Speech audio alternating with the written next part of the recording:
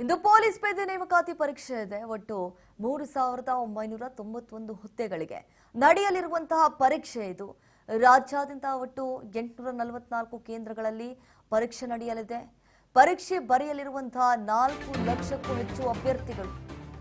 ಪರೀಕ್ಷೆ ಹಿನ್ನೆಲೆ ಪರೀಕ್ಷಾ ಕೇಂದ್ರಗಳ ಸುತ್ತ ನಿಷೇಧಾಜ್ಞೆಯನ್ನ ಜಾರಿ ಮಾಡಲಾಗಿದೆ. ಜೆರಾಕ್ಸ್ ಸೆಂಟರ್ ಹಾಗೂ ಸೈಬರ್ ಸೆಂಟರ್ ಬಹುತೇಕವಾಗಿ ಕ್ಲೋಸ್ ಮಾಡಿದ್ದಾರೆ. ಓಪನ್ ಇರಲ್ಲ ಯಾವುದು. ಇವತ್ತು ಪೊಲೀಸ್ ಪೇದೆ ನೇಮಕಾತಿ ಪರೀಕ್ಷೆ ಇದೆ. ಪೊಲೀಸ್ ಕಾನ್ಸ್ಟೇಬಲ್ ರಿಕ್ರೂಟ್ಮೆಂಟ್ ಪರೀಕ್ಷೆ ಇರುವಂತಹ ಹಿನ್ನೆಲೆಯಲ್ಲಿ ಸಾಕಷ್ಟು ಬಿಗಿ ಭದ್ರತೆಯನ್ನು ಕೈಗೊಳ್ಳಲಾಗಿದೆ. ಪೊಲೀಸರು ಕೂಡ ಹದ್ದಿನ ಕಣ್ಣಿಟ್ಟಿದ್ದಾರೆ. ಈ ಪರೀಕ್ಷೆ ನಡೆಯುವಂತಹ ಸೆಂಟರ್ಗಳೇನಿರ್ತವೆ ಕೇಂದ್ರಗಳ ಸುತ್ತಮುತ್ತ ನಿಷೇಧಾಜ್ಞೆಯನ್ನು ಕೂಡ ಜಾರಿ ಮಾಡಲಾಗಿರುವಂಥದ್ದು. ಯಾಕಂತಂದ್ರೆ ಮಕ್ಕಳ ಭವಿಷ್ಯ ಬಹಳ ದೊಡ್ಡದು.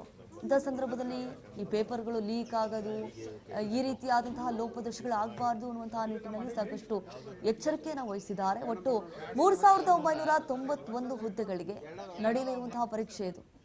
ರಾಜ್ಯಾದ್ಯಂತ ಒಟ್ಟು 844 ಸೆಂಟರ್ಗಳಿದ್ದಾವೆ. ಕೇಂದ್ರಗಳಲ್ಲಿ ಆ ಪರೀಕ್ಷೆಯನ್ನು ಕೂಡ ಬಹಳ ಸುರಕ್ಷತೆಯಿಂದ ನಡೆಸಲಿದ್ದಾರೆ.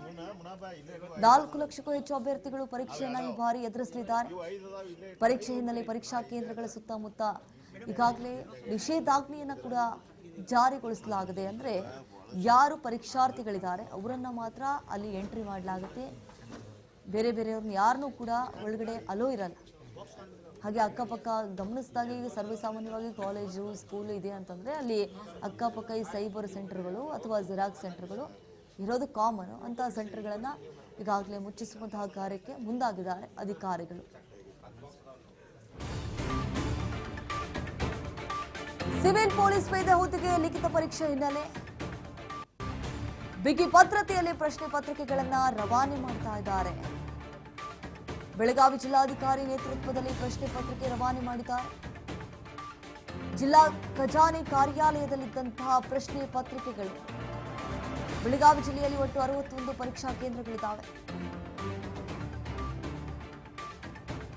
ಪರೀಕ್ಷಾ ಕೇಂದ್ರದಲ್ಲಿ ಸಿಸಿ ಕ್ಯಾಮೆರಾಗಳನ್ನು ಕೂಡ ಅಳವಡಿಸಲಾಗಿದೆ. ನೋಡಿ, ಕೆಲವೊಂದಿಷ್ಟು ಸ್ಟ್ರಿಕ್ಟ್ ರೂಲ್ಸ್ ಕೂಡ ಫಾಲೋ ಮಾಡಬೇಕಾಗುತ್ತೆ ಪರೀಕ್ಷಾರ್ಥಿಗಳು. ಕೂದಲು ಬಿಟ್ಕೊಂಡು ಬರೋದು, ಫುಲ್ ಸ್ಲೀವ್ ಶರ್ಟ್ ಹಾಕೊಂಡು ಬರೋದು, ಅಥವಾ ಈ ಬೂಟ್ಗಳನ್ನು ಧರಿಸ್ಕೊಂಡು ಬರೋದು, ಮಾಂಗಲ್ಯ ಮತ್ತು ಮೂಗುತಿ ಬಿಟ್ಟುಬಿಟ್ರೆ ಯಾವುದು ಹಾಕೊಂಡು ಬರಂಗಿಲ್ಲ ಅಂತ ಹೇಳಿಬಿಟ್ಟಿದ್ದಾರೆ. ಬಹಳಷ್ಟು ಸ್ಟ್ರಿಕ್ಟಾಗಿ ಈ ಬಾರಿ ಪರೀಕ್ಷೆನ ನಡೆಸಬೇಕು ಅಂತ ಹೇಳಿ ಕೂಡ ಮುಂದಾಗಿದ್ದಾರೆ. ಯಾಕಂತಂದ್ರೆ ಹಿಂದೆ ನಾವು ಗಮನಿಸಿದಾಗ ನೀಟ್ ಪರೀಕ್ಷೆಯಲ್ಲಿ ಯಾವ ರೀತಿ ಅಕ್ರಮ ನಡೆದು ಹೋಯಿತು, ಹಾಗೆ ಹಿಂದೆ KPSC ಹಗರಣ ಆಯಿತು, ಆ ರೀತಿಯಾಗಿ ಆಗಬಾರದು ಅನ್ನುವಂತಹ ಕಾರಣಕ್ಕಾಗಿ ಬಹಳಷ್ಟು ಎಚ್ಚರಿಕೆಯನ್ನು ವಹಿಸಿ ಈಗ ಪ್ರಶ್ನೆಯ ಪತ್ರಿಕೆಗಳೇನಿದ್ದಾವೆ ಅವನ್ನ ರವಾನೆ ಮಾಡುವಂತಹ ಕೆಲಸ ಆಗ್ತಾ ಇದೆ. ಯಾಕಂತಂದ್ರೆ ಪ್ರತಿಯೊಂದು ಕೇಂದ್ರಕ್ಕೆ ಆ ಒಂದು ಪ್ರಶ್ನೆ ಪತ್ರಿಕೆಗಳನ್ನ ಶಿಫ್ಟ್ ಮಾಡಬೇಕಾಗತ್ತೆ. ಈಗ ಪೊಲೀಸರ ಮುಂದಾಳತ್ವದಲ್ಲಿ ಆ ಪ್ರಶ್ನೆ ಪತ್ರಿಕೆಗಳನ್ನ ಕಳಿಸ್ಕೊಡ್ತಾ ಇದ್ದಾರೆ.